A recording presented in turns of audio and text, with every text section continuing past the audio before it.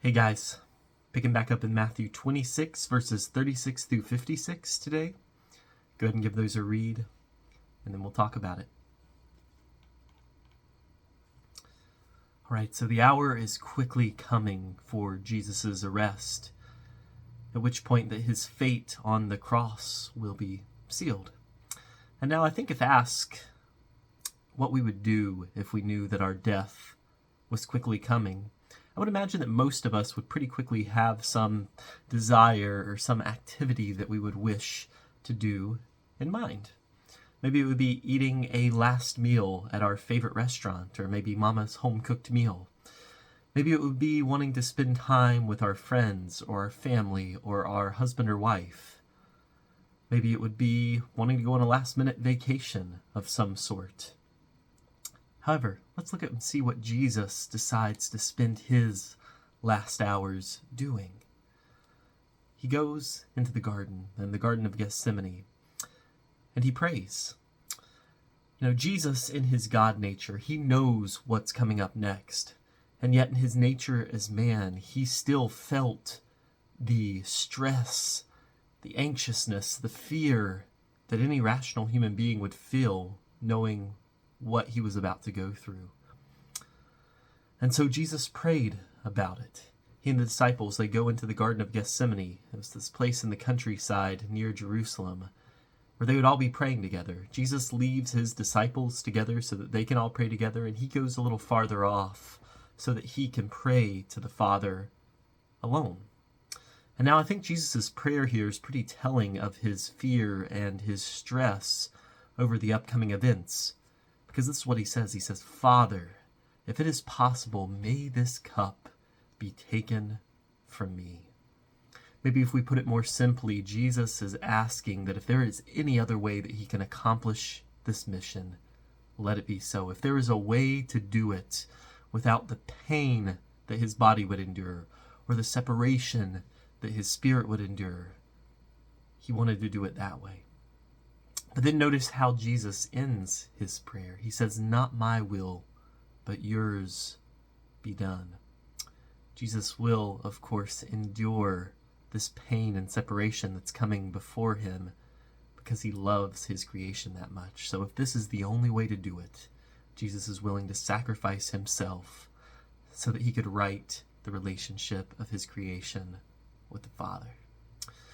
And so as this prayer is going on, he returns several times and he finds his disciples asleep when they're supposed to be praying.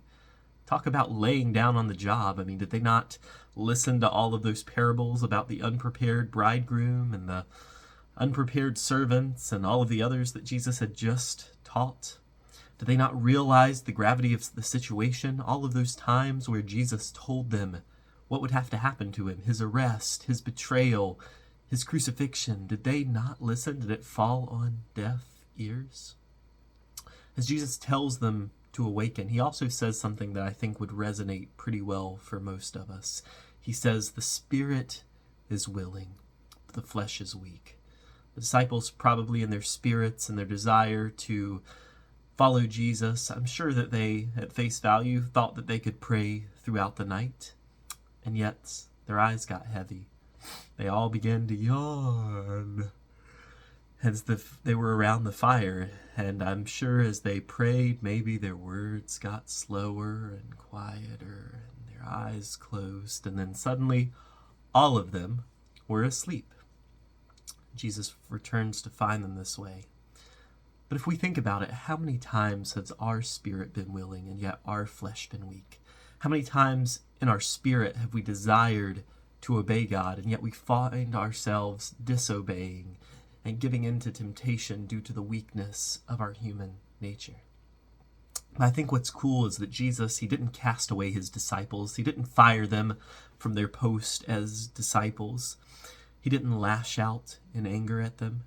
He was still going to use them, even after they were going to abandon him in his time of need.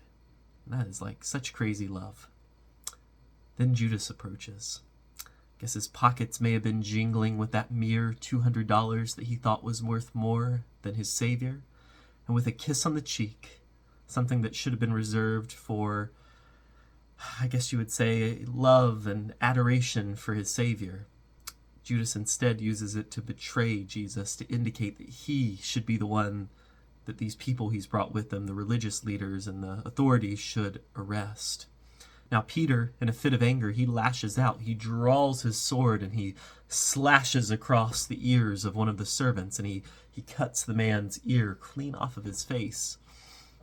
Jesus, of course, rebukes him. One of the other Gospels actually tells us that Jesus immediately reaches out and heals the ear of the servant. Jesus tells them, everyone present, that if this were not the will of the Father, he could command a legion and 12 legions, an army of angels, and they could lay waste to the Pharisees, to the religious leaders, to all of those who opposed Jesus. It wouldn't even have been a contest. But Jesus reminds them that this is the will of the Father. This is the way it has to be for him to save the world.